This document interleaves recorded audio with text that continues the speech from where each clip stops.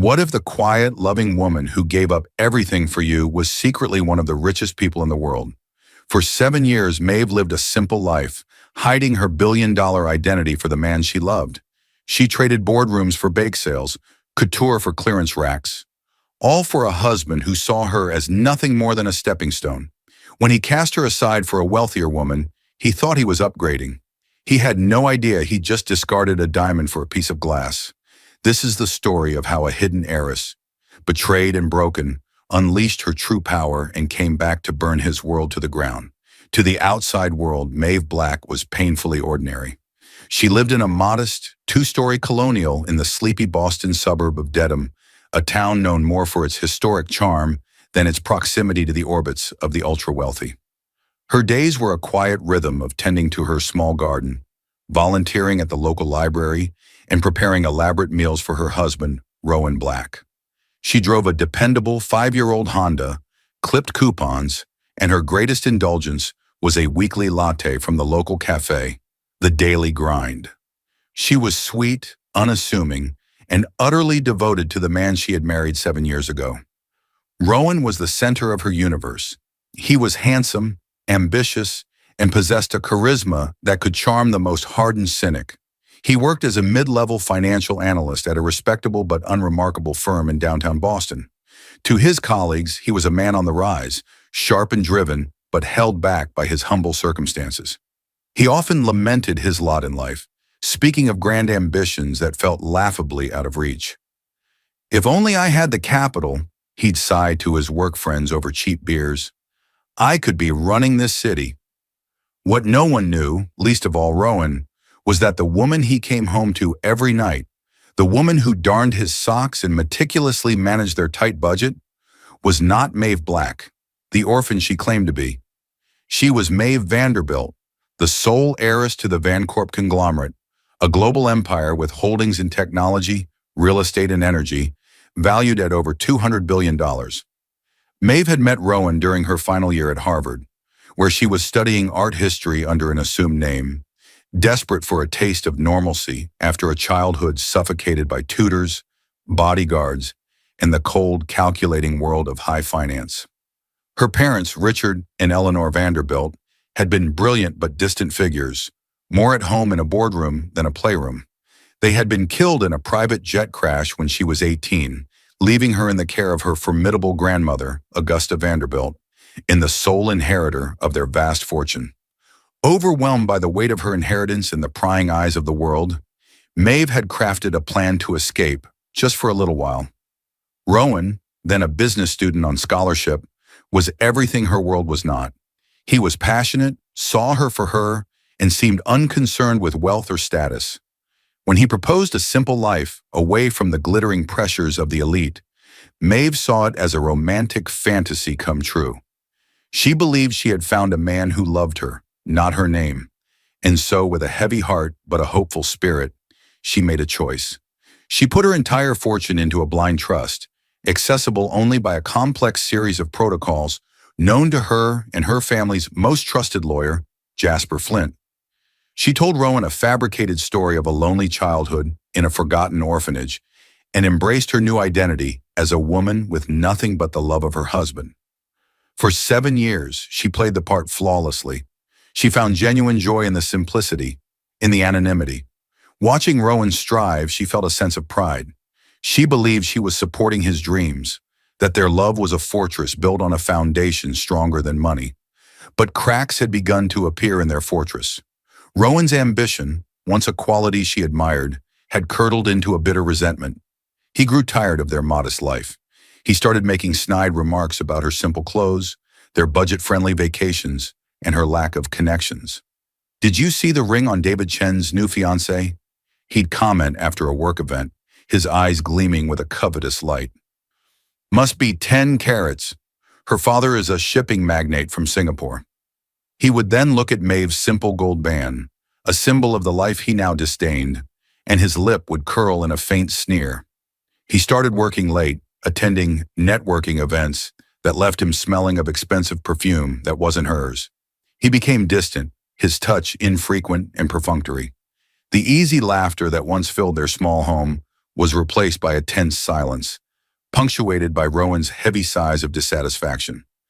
Maeve felt the shift deep in her bones. A cold dread began to pool in her stomach. She tried to talk to him, to bridge the growing chasm between them, but her gentle inquiries were met with irritation and accusations. "What is there to talk about, Maeve?" he snapped one evening, throwing his briefcase onto the dining table she had so carefully set. "We're stuck. We're going nowhere. I'm drowning, and you're content to just tread water." "I thought we were happy," she whispered, her heart aching. "I thought this was what you wanted." "I wanted a partner," he spat, his voice dripping with contempt. "Not a housekeeper. I need someone who can help me, someone with resources." The word hung in the air between them, ugly and sharp. Resources. It was a word that had defined her entire life, a word she had run from, only to have it thrown back in her face by the man she had sacrificed it all for. She looked at Rowan, at the stranger standing before her, his face twisted with a greedy ambition she had never truly seen before, and for the first time in 7 years, she felt the ghost of Maeve Vanderbilt stir within her. The game she had started as a romantic escape was about to turn into a brutal war, and she was the only one who knew the true power of the weapons at her disposal. The final blow came on a crisp October evening, the air carrying the scent of wood smoke and decaying leaves. It was their 7th wedding anniversary. Maeve had spent the entire day preparing a feast, a recreation of their first date, handmade pasta, a rich bolognese sauce that had simmered for hours, and a bottle of Chianti she had splurged on. She wore a simple blue dress he had once said was the color of his favorite sky. She waited the table set with their best china, candles flickering, her heart a fragile mix of hope and apprehension. Rowan arrived home 3 hours late. He didn't even glance at the meticulously prepared dinner. His face was flushed with excitement, his eyes shining with a manic energy she didn't recognize. He tossed a thick, cream-colored envelope onto the table, where it landed with a soft thud next to the uneaten breadsticks. "What's this?" Maeve asked, her voice small. "That," he said, pulling at his tie, a triumphant smirk playing on his lips, "is our future, or rather my future." Her hands trembled as she opened the envelope. Inside were divorce papers. The sterile, legal language was a brutal counterpoint to the romantic dinner she had prepared. The words blurred, but the message was clear. Irreconcilable differences. No fault. A clean break. "Alex, I don't understand," she stammered, looking up at him, her eyes wide with disbelief and pain. "Our anniversary—" "Oh, Maeve, please," he scoffed, waving a dismissive hand. "Don't be so naive. Did you really think this was working? This small, pathetic life? I'm destined for more. I have been given an opportunity, a real one, and I can't have you holding me back." The name on the legal documents, the petitioner opposite her own, was a name she had heard him mention with increasing frequency, always with a tone of reverence. Victoria Rothschild, heiress to the Rothschild banking fortune in North America, a woman whose picture was a staple in the society pages, always dripping in jewels and couture. A woman of resources. The pieces of his recent behavior clicked into place with sickening clarity. The late nights, the secretive phone calls, the scent of Chanel No. 5 clinging to his shirts. He hadn't just fallen out of love with her. He had been actively replacing her. "You're leaving me for her?" Maeve's voice was barely a whisper. The pain was a physical thing, a shard of ice piercing her chest. "Leaving you? Darling, that implies we were on the same level to begin with," he said, his cruelty absolute. He began to pace the small living room, his movements suddenly too large for the space. "Victoria understands me. She understands ambition. Her father, Charles Rothschild, is prepared to make me a senior partner in his new private equity venture. This is the big leagues, Maeve. This is where I belong." He finally stopped and looked at her, his gaze sweeping over her simple dress, her tear-streaked face with undisguised pity. "Look, I'll be fair. The house is mortgaged, but there's a little equity. You can have it. You can have the car. It should be enough for a woman of your simple needs. Think of it as a severance package for 7 years of service." 7 years of service, not of love, not of partnership. Service. The words echoed in the sudden, ringing silence of the room. He saw her as an employee he was now downsizing. The love she had poured into their life, the sacrifices she had made, the identity she had shed, it was all worthless to him. He hadn't just broken her heart, he had invalidated her entire existence. "I gave you everything," she said, the words catching in her throat, thick with unshed tears. Rowan laughed, a short, sharp sound devoid of any humor. "You gave me nothing, Maeve. You had nothing to give. That's the entire problem." He picked up his briefcase, not the worn leather one she had bought him 5 years ago, but a new, sleek aluminum one she'd never seen before. A gift, no doubt, from Victoria. He paused at the door, turning back to deliver one final crushing blow. "I hope you find some quiet little life for yourself," he said, his voice laced with condescending magnanimity. "Maybe you can work at that library you love so much. It suits you. Just sign the papers. It's better for everyone if we do this quickly and quietly." The door clicked shut behind him, leaving Maeve alone in the flickering candlelight. The smell of the bolognese sauce she had so lovingly prepared suddenly seemed nauseating. The beautiful meal was a monument to her own foolishness. He thought he was leaving a penniless orphan in his wake. He thought he was shedding dead weight to soar into the stratosphere of the elite. He had no concept of the storm he had just unleashed. In that moment, as the last vestiges of her love for him died, something else took its place. The hurt was still there, a raw, gaping wound. But beneath it, a different feeling began to smolder. It was cold, it was hard, and it was utterly unfamiliar. It was rage, a Vanderbilt-sized rage. She stared at the divorce papers on her dining table, the legal instrument of her humiliation. Quietly and quickly, he'd said. She picked up her phone, her hand surprisingly steady. She scrolled through her contacts past the local plumber and the dentist, all the way to a name she had not called in 7 years. The screen glowed with 2 words, Jasper Flint. Her thumb hovered over the call button. The woman who made the call would not be the heartbroken wife in the blue dress. It would be the billionaire heiress he never knew existed. The game was over. The war was about to begin. The first 24 hours after Rowan left were a blur of hollow-eyed shock. Maeve didn't cry. The pain was too deep for tears, a vast empty cavern where her heart used to be. She moved through the house like a ghost, her home now a museum of their shared lies. Every object was a painful artifact. The chipped coffee mug he used every morning, the worn armchair where he used to read, the photographs on the mantelpiece of a smiling, happy couple who had never truly existed. She took a black trash bag and with a cold, methodical precision, swept every picture, every gift, every last trace of him into it. It wasn't catharsis, it was an exorcism. By dawn, the house was stripped bare of their shared past, as empty as she felt inside. She finally allowed herself to look in the mirror. The woman staring back was a stranger. Her eyes, usually so full of soft warmth, were shadowed and haunted. Her hair was pulled back in a simple, careless ponytail. She was wearing one of Rowan's old, faded t-shirts as a nightgown. This was the woman he had discarded, the weak, simple, penniless orphan. He had created this version of her, and he had destroyed her. It was time for Maeve Vanderbilt to come home. She showered, the hot water a blessed shock to her system. She dressed not in her usual modest attire, but in the one emergency outfit she had kept hidden in the back of her closet, a pair of tailored black trousers, a silk blouse, and a pair of simple but elegant leather flats. They were remnants of her old life, a contingency she had prayed she would never need.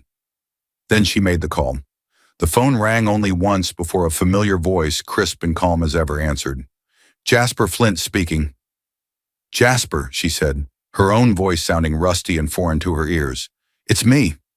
There was a pause, a beat of stunned silence on the other end of the line. Jasper Flint, the silver-haired, impeccably dressed head of Vanderbilt Legal, had been her father's closest confidant and had managed her family's affairs with unwavering loyalty for over 30 years. He was more of a father to her than her own had ever been. "Maeve," he finally breathed, the name a mixture of shock, relief, and deep, unspoken concern. "My dear girl, are you all right?" "No," she said, the single word conveying a world of pain. "I'm not. But I'm going to be. She took a deep breath, the air in the sterile house feeling charged with a new energy. Jasper, I'm coming back. I want you to execute Protocol Alpha. Immediately.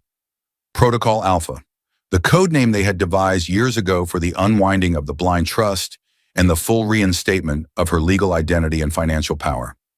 It was the emergency button, the glass to be broken in case of catastrophe.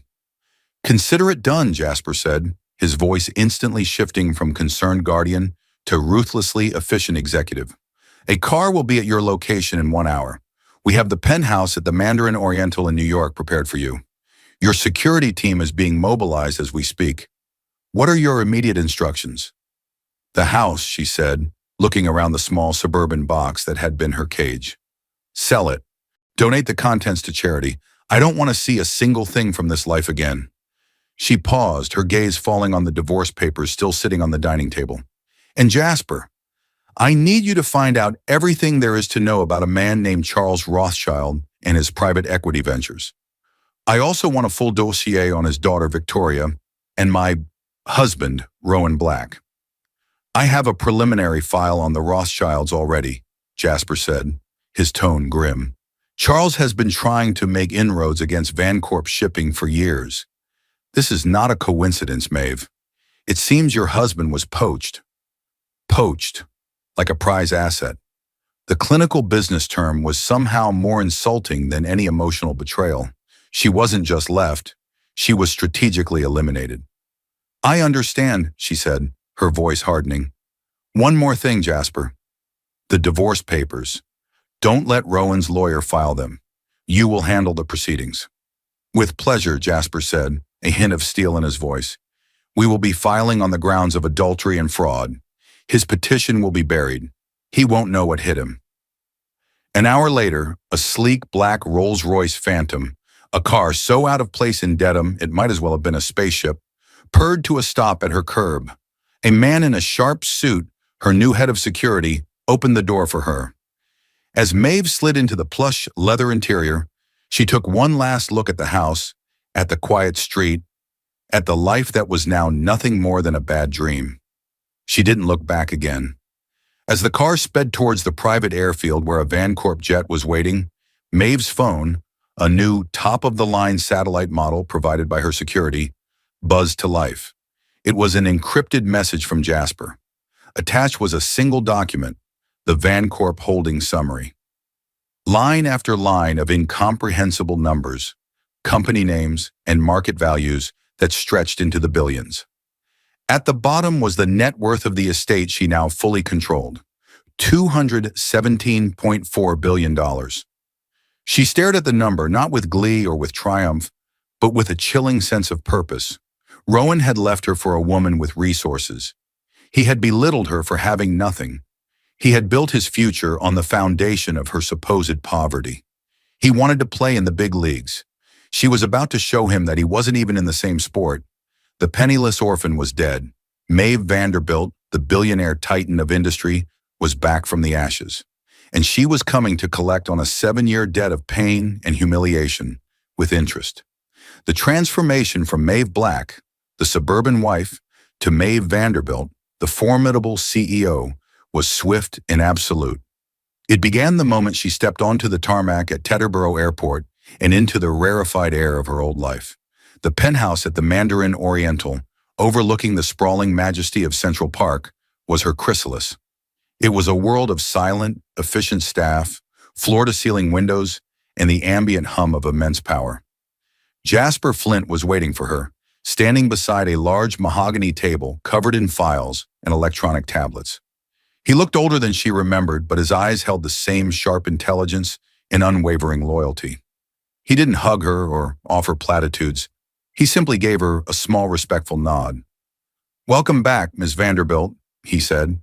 The title, so foreign for so long, settled on her like a perfectly tailored suit. "It's good to be back, Jasper." The first few days were a whirlwind of intensive briefings. She was a quick study, her mind, so long occupied with trivial domesticities, proving to be as sharp and analytical as her father's. She absorbed 7 years of market fluctuations, technological advancements, and corporate strategy with a ferocious appetite. She wasn't just catching up, she was preparing for war. The physical transformation ran in parallel. The simple, unassuming woman from Dedham was systematically erased. A team of New York's finest stylists, trainers, and nutritionists descended upon the penthouse. Her long, unstyled hair was cut into a chic, razor-sharp bob that framed her face and highlighted her high cheekbones. Her wardrobe of faded jeans and cotton sweaters was replaced by a curated collection of power suits from Tom Ford, elegant dresses from Dior, and dangerously high stilettos from Christian Louboutin. Her new uniform was armor. Each piece was chosen to project an aura of untouchable power and icy elegance. She learned to walk with a new posture, a straight-back confidence that commanded attention. The soft, gentle cadence of her speech was honed into a precise, measured tone that brooked no argument. Within a week, she was ready. Her reemergence was not to be a quiet affair. It was to be a statement. Jasper had arranged for an emergency meeting of the Vancorp Board of Directors, a collection of powerful, aging men who had grown comfortable in her absence, managing the empire under Jasper's steady hand, but without a true Vanderbilt at the helm. She strode into the Vancorp boardroom on the 80th floor of their Manhattan skyscraper, the click of her heels on the marble floor, the only sound in the cavernous room. All conversation stopped. The 12 board members, titans of industry in their own right, stared as if they had seen a ghost.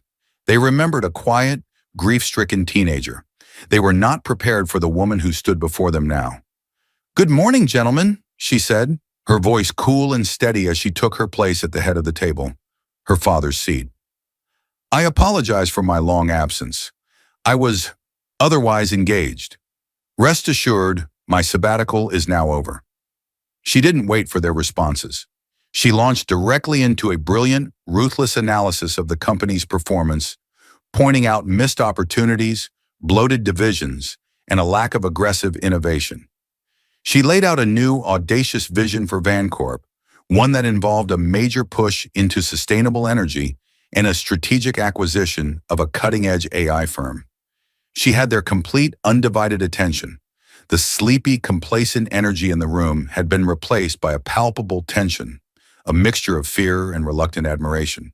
But her grand strategy had a more personal, more pointed objective. Finally, she said, her eyes sweeping across the room, "I've reviewed the file on Rothschild Banking's recent ventures. Their attempts to undermine our shipping logistics are amateurish, but persistent. It's time we sent a message." She brought up a new file on the large screen at the front of the room. It was a mid-sized, innovative logistics company called LogiNext. LogiNext has developed a predictive shipping algorithm that could revolutionize the industry, she explained. Rothschild has been trying to acquire them for the past 6 months. Their offer is currently stalled at $900 million. She paused, letting the information sink in. "This morning," she continued, a ghost of a smile touching her lips, "Vancorp submitted a competing bid for $1.5 billion, all cash. The deal will close by Friday." A murmur of shock and excitement went through the room. It was an aggressive, almost reckless move. It was a direct, public shot across the bow of Charles Rothschild. "Furthermore," Maeve said, her gaze turning to ice, "I've taken a look at Rothschild's new private equity firm. It's a vanity project for his daughter and her new associate." She let the word hang in the air. "They seem to be focusing their initial investments in the luxury hospitality sector." She clicked to another slide, this one detailing a portfolio of boutique hotels. "We will begin a systematic acquisition of key properties in every market they are targeting. We will outbid them, we will absorb their targets, and we will bleed their initial capital pool dry before they even sign their first deal. I want their venture to be a stillborn failure. Is that understood?"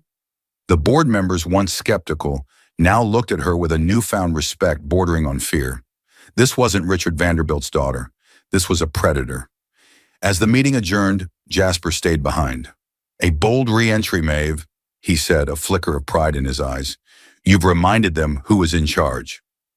"I wasn't talking to them, Jasper," she said, staring out the window at the city below, a concrete jungle where only the strong survived.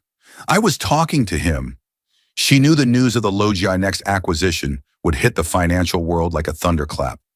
Charles Rothschild would be furious, and Rowan, so proud of his new position, his new life, would be standing right in the blast radius. He wanted to be in the big leagues.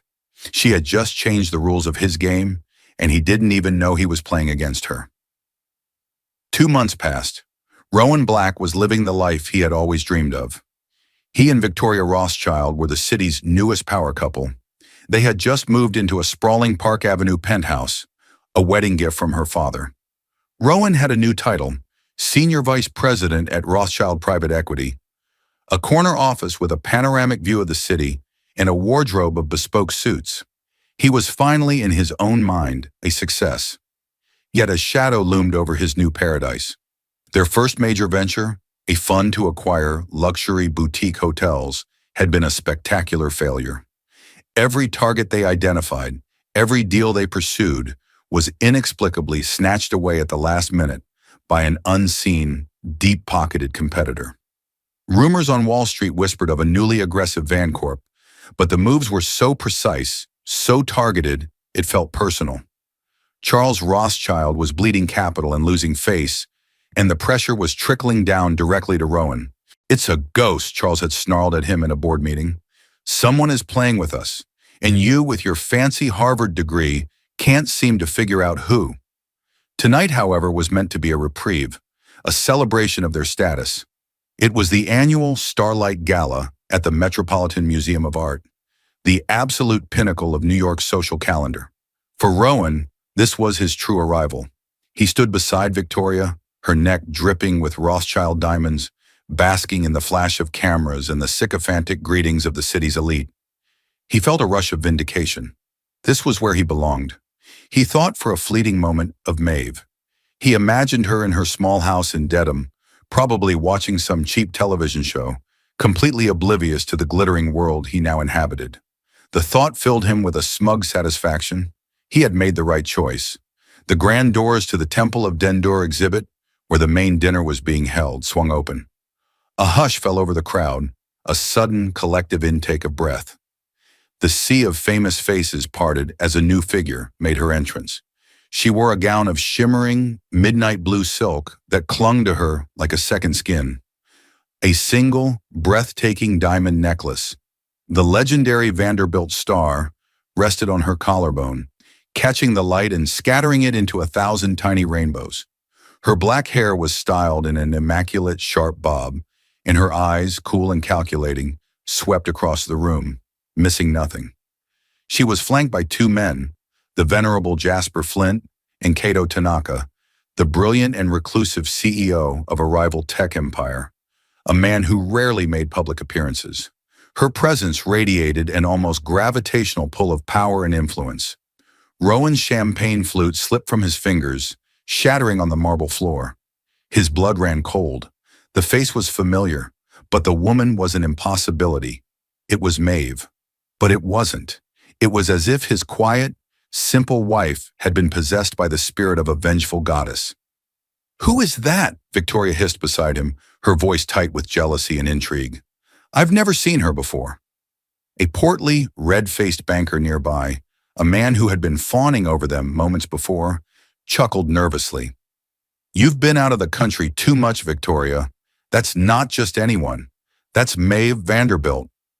The name hit Rowan like a physical blow. Vanderbilt, Vancorp, the ghost in the machine that had been systematically dismantling his professional life. It couldn't be. It was a joke, a nightmare. "Vanderbilt?" Victoria repeated, her perfectly plucked eyebrows shooting up. "The Maeve Vanderbilt? I thought she was a recluse, a ghost." "Well," the banker said, his eyes glued to the approaching trio.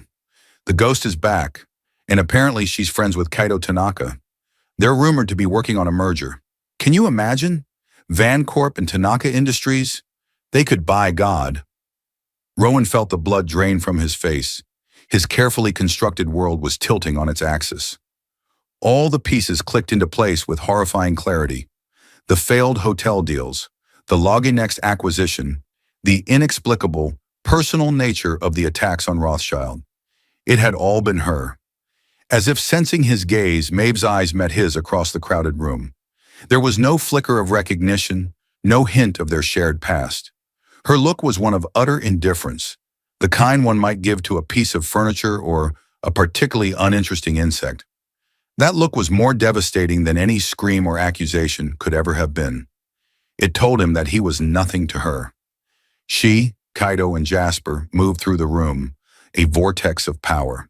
People Rowan had been desperate to impress were now falling over themselves to get a moment of her time. Charles Rothschild, Victoria's formidable father, approached Maeve with a strained, obsequious smile.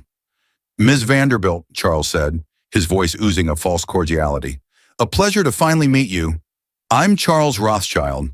Maeve extended a cool, gloved hand. "Mr. Rothschild, I've been following your recent difficulties in the market. Most unfortunate." Her voice was pure silk, but the words were pure venom. Charles's face tightened.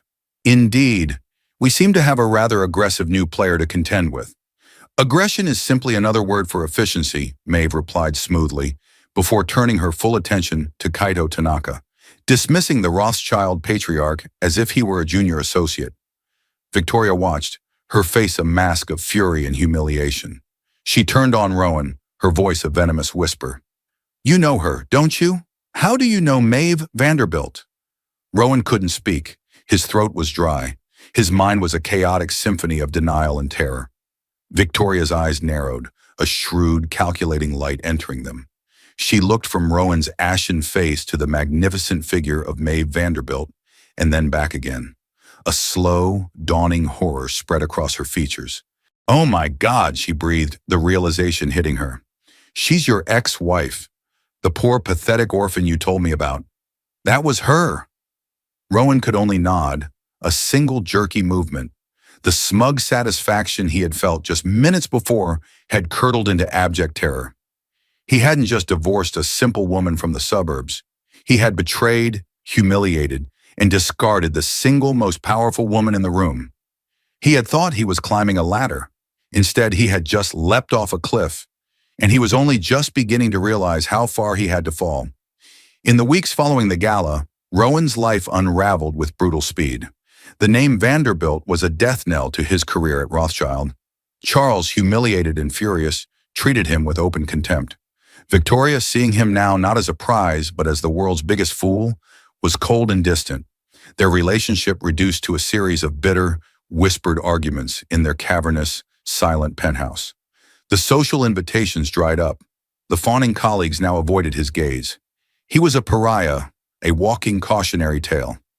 Maeve, meanwhile, operated from a sphere so far above him, he could only watch the fallout.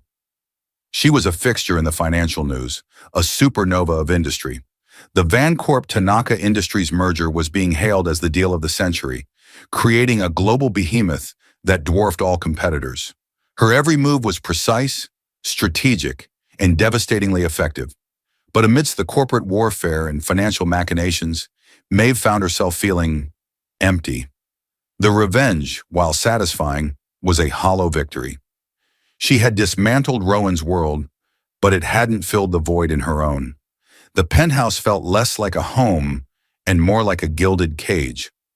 One rainy Tuesday afternoon, seeking refuge from her own thoughts, she did something she hadn't done in years. She went incognito to a small independent art gallery in Chelsea. Dressed in simple jeans, a cashmere sweater, and a baseball cap pulled low, she was no one. She was just a woman looking at art. The gallery was quiet, the air smelling of linseed oil and turpentine. The art was raw, powerful, and full of a desperate, beautiful energy. She was particularly drawn to a series of large, abstract canvases, chaotic swirls of black, white, and a defiant, electrifying blue. They spoke to the storm inside her own soul. "There's something, aren't they?" The voice, low and resonant, startled her. She turned to see a man standing beside her. He was tall, with kind, intelligent eyes and hands stained with paint. He wore a paint-splattered t-shirt and worn-out jeans. He looked at the paintings, not her, a look of profound understanding on his face. "They're honest," Maeve replied, the word surprising her.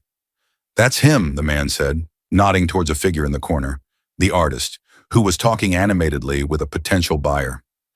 Liam O'Connell, he paints like he's trying to fight his way out of a locked room, all passion and fury. The man finally turned his gaze to her, a warm, genuine smile crinkling the corners of his eyes. I'm the owner. Daniel. Daniel Murphy. Maeve, caught off guard, introduced herself simply as Ellie. For the next hour, Daniel walked her through the gallery, speaking about the art not with the pretentious jargon of the high art world, but with a simple, heartfelt passion. He saw the story in every brushstroke, the emotion behind every color choice. He didn't ask her what she did, where she lived, or who she knew. He just talked to her about art. She felt a part of herself she thought was long dead begin to stir. It was the art history student from Harvard, the young woman who had been captivated by beauty and creation, not balance sheets and market caps. She found herself returning to the gallery several times over the next few weeks. She and Daniel developed an easy rapport. Their conversations drifted from art to books, to music, to the simple absurdities of life in New York. With him, she wasn't a Vanderbilt.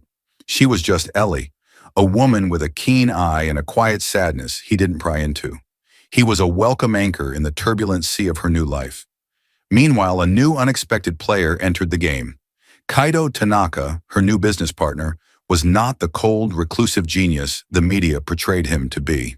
In their private meetings, she discovered a man with a dry wit, a fierce intellect, and an almost unnerving ability to see through her carefully constructed armor. During a late-night strategy session in the Vancorp boardroom, as they finalized the details of the merger, he suddenly paused, looking at her over the rim of his teacup. "You've enjoyed this, haven't you?" he asked, his dark eyes intense. "Dismantling Rothschild, humiliating your ex-husband." Maeve stiffened. It was a necessary business strategy. Kaito allowed himself a small, knowing smile. "Of course, but revenge is a fire that consumes the person who wields it, Miss Vanderbilt. It will warm you for a time, but eventually you will be left with nothing but ashes." He set his cup down. "Charles Rothschild is an old fool. Your husband is an insignificant parasite. They are not worthy of the energy you are expending on them. This company, our company, that is worthy of your energy. The future we can build is worthy of it." His words struck a chord deep within her. He wasn't judging her. He was challenging her. He saw her not as a weapon of vengeance, but as a brilliant leader, and he was calling her to be better. He was the first person in her new life to speak of the future, not the past. "What do you propose?" she asked, her voice quiet. "I propose we stop playing defense," he said, his eyes gleaming with a new intensity. "Let's build something revolutionary. Let's focus our resources on the new sustainable energy division. Let's create something that will change the world, not just settle old scores. That is a victory worthy of a Vanderbilt and a Tanaka." It was a turning point. Kaito's challenge, combined with the simple human connection she was finding with Daniel at the art gallery, began to shift her perspective. The rage that had fueled her was beginning to cool, replaced by a new, more compelling ambition. She had proven she could destroy. Now she was starting to wonder if she could build again. The war against Rowan and the Rothschilds was won, but the battle for her own soul, for the woman she wanted to become, was just beginning. And for the first time, she felt she didn't have to fight it alone. She had found allies not in bankers and lawyers, but in an artist's quiet gallery and across a boardroom table from a man who saw her future, not just her past. Rowan Black's free fall was swift and brutal. Fired from Rothschild, he became toxic on Wall Street.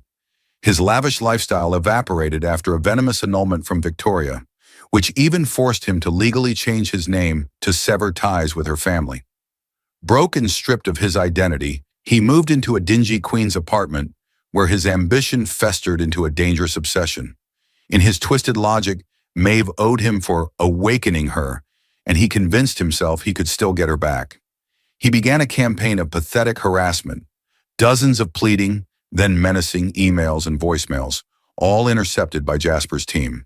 When his messages went unanswered, his desperation pushed him to stalk her. One evening, he bypassed security, confronting her in the private elevator bay as she left with Kaito Tanaka. "Maeve!" he cried, his appearance disheveled, his eyes wild. She looked at the hollowed-out shell of the man she had married. Rowan, she said, her voice devoid of emotion, you need to stop this. Stop this? He laughed hysterically. I'm just getting started. You think you can ruin me and walk away? I know the real you, the scared woman playing dress up. This isn't you. Kaito stepped forward slightly. I think you should leave. Rowan's gaze filled with hatred. And who are you? Her new pet? Maeve cut him off, her voice like ice. He's my partner, Rowan. Something you never were. She turned and walked away without a second glance. The public rejection pushed him over the edge. If he couldn't have her, he would destroy her. He sold a twisted, fabricated story to a notorious tabloid journalist, Marco Finch, painting himself as the victim of a manipulative, mentally unstable heiress. She hid her billions to trap an unsuspecting husband. The headline screamed, the story filled with intimate, distorted details designed to lend it credibility. Simultaneously, Charles Rothschild, seeking revenge, fed damaging stories to the financial press, questioning Maeve's stability and fitness to run a global empire. The combined assault was a perfect storm. Vancorp's stock took a minor hit, and whispers about Maeve's sanity started on trading floors. She was in a meeting with Jasper and Kaito when the news broke. Jasper was apoplectic, planning a multi-billion-dollar lawsuit. Maeve, however, was unnervingly calm as she read the article. Inside, the cold rage from the night Rowan left her solidified. He had weaponized their intimacy, twisting the life she built from love into something pathological. Don't sue them, Jasper, she said quietly. Maeve, we must, he insisted. We can't let this stand. No, she said, her eyes blazing with a dangerous new light. A lawsuit is a battle. He's declared a war, and in a war you don't file paperwork. You demand an unconditional surrender. She turned to Kaito, a chilling smile on her face. He thinks he can control the narrative by exposing our past. He's forgotten one detail. I know all of his secrets too, and unlike him, I have the receipts. The time for reacting was over. Rowan and Rothschild had pushed her too far, mistaking her restraint for weakness. Now she would show them what true power looked like. She would end this not by winning, but by annihilating them completely. Maeve's counterattack was not a single explosive event, but a masterfully orchestrated symphony of destruction. It began quietly. She unleashed the full, terrifying power of Vancorp's legal and intelligence divisions, the teams Jasper Flint had kept honed to a razor's edge. Their first target was Marco Finch and his tabloid. Within days, Vancorp investigators had unearthed a career's worth of corruption. Jasper didn't file a lawsuit. He hand-delivered the entire damning file to the district attorney's office. Finch was arrested, and the story he had written about Maeve was publicly discredited. Next, she turned her attention to Charles Rothschild. While he had been busy planting stories about her instability, Maeve's team had been conducting a deep-dive forensic audit into Rothschild Banking's entire operation. They found a pattern of insider trading and fraud. The evidence was irrefutable. Jasper Flint arranged a private meeting with the Rothschild board, pointedly excluding Charles. He laid out the evidence, explaining that Vancorp now held a controlling interest in Rothschild's debt. The message was clear. Either Charles Rothschild was removed, or Vancorp would release the evidence and call in its debt, an act that would vaporize the Rothschild legacy. Within 24 hours, the board announced Charles was stepping down due to health reasons. His attack on Maeve had cost him his empire. The final piece of her strategy was reserved for Rowan. It was to be the most public and devastating blow of all. She agreed to her first ever televised interview with Sarah Jensen, a legendary journalist known for her tough questioning. The interview was broadcast live, prime time. Maeve walked out looking serene and powerful in a simple white dress. For the first half, she spoke eloquently about her vision for Vancorp. Then Jensen shifted gears. Ms. Vanderbilt, I have to ask you about the recent, very public attacks on your character. Your ex-husband, Rowan Black, has made some very serious allegations. Maeve looked directly into the camera, her expression one of sad resolve. He did, she said calmly. Rowan and I were married for 7 years. At his request, I lived a life separate from my family's resources. I did this because I was in love. The story he told was a painful, twisted version of our life. But what he failed to mention was the reason our marriage ended. From a folder, she produced a sworn affidavit detailing Rowan's affair with Victoria Rothschild, which began more than a year before their divorce. She then produced emails between Rowan and Charles Rothschild, outlining the plan to trade his penniless wife for a senior position at the firm. "He didn't just leave me," Maeve stated. "He sold me." The control room was in stunned silence, but she wasn't finished. "Mr. Black has accused me of ruining him. The truth is, he was never the man he pretended to be." She slid his old credit card statements across the table. "These detail thousands of dollars spent on luxury goods, while he told me we couldn't afford to fix a leak in our roof. And this," she held up one last sheet, "is his application to Harvard, where he lied about being an orphan long before he met me. Rowan Black's entire life has been one calculated fraud." She looked back at the camera, her eyes clear. "I did not destroy that man. I simply held up a mirror. My only fault was in loving someone incapable of loving anyone but himself. I've paid the price for that mistake, and now so has he." She ended the interview by announcing the launch of the Vanderbilt Foundation, a $2 billion trust to support victims of emotional and financial abuse. In his Queens apartment, Rowan watched his world crumble. She had exposed him completely. The reckoning was final. In the aftermath, the world saw Maeve as a paragon of strength. Vancorp's stock soared. Rowan, a social leper, disappeared, rumored to be working a menial job in the Midwest, a ghost of his own ambitions. Maeve's life, for the first time, was truly her own. The rage had subsided, leaving peace. The empire was no longer a burden, but a tool to innovate and build. Under her and Kaito Tanaka's leadership, the newly merged Vancorp Tanaka Industries became a global leader in sustainable technology. Her work was her passion, a legacy that would dwarf the petty dramas of her past. Her partnership with Kaito was one of deep mutual respect and shared vision, but it was outside the boardroom that she found the quiet joy that had so long eluded her. She continued her visits to Daniel Murphy's art gallery, always as Ellie. He remained a grounding force, drawn to her quiet intelligence and resilient spirit, knowing nothing of her immense power. One crisp autumn afternoon, a year after her return, they were walking through Central Park. "You seem lighter," Daniel observed. Maeve smiled. "I feel lighter. There's something I need to tell you. My name isn't Ellie." She told him everything. The Vanderbilt name, the hidden life, the betrayal, the comeback. Daniel listened patiently. When she finished, a long silence stretched between them. "So," he finally said, a slow smile spreading across his face, "does this mean I have to start calling you Miss Vanderbilt?" Maeve laughed, a sound of pure relief. "I'd prefer Maeve." "Well, Maeve," he said, his eyes twinkling, "it's a pleasure to finally meet you. Now, are you going to finish that coffee, or are you going to use your billions to buy the entire cart?" In that moment, standing in the heart of the city she now commanded, she felt a profound sense of completion. She had faced the ultimate betrayal and emerged not just victorious, but whole. She was surrounded by people who saw her for who she truly was. Kaito, who respected her mind. Daniel, who cherished her spirit. She had lost a fantasy built on a lie, but she had gained something infinitely more valuable, a reality of her own making. The hidden heiress was gone for good, replaced by a woman who stood proudly in the light, the master of her own vast, brilliant, and limitless horizon. She was betrayed, broken, and left with nothing. Or so he thought. Maeve Vanderbilt's incredible journey from a hidden wife to a billionaire powerhouse is a testament to the unshakable strength of a woman scorned. She didn't just get even, she rewrote the entire game. Her story proves that your past does not define you, and the deepest betrayals can forge the most powerful versions of ourselves.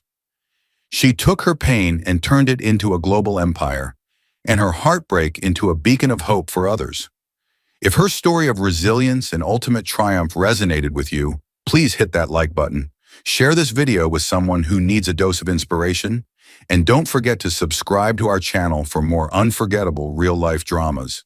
Let us know in the comments what you think of Maeve's epic comeback.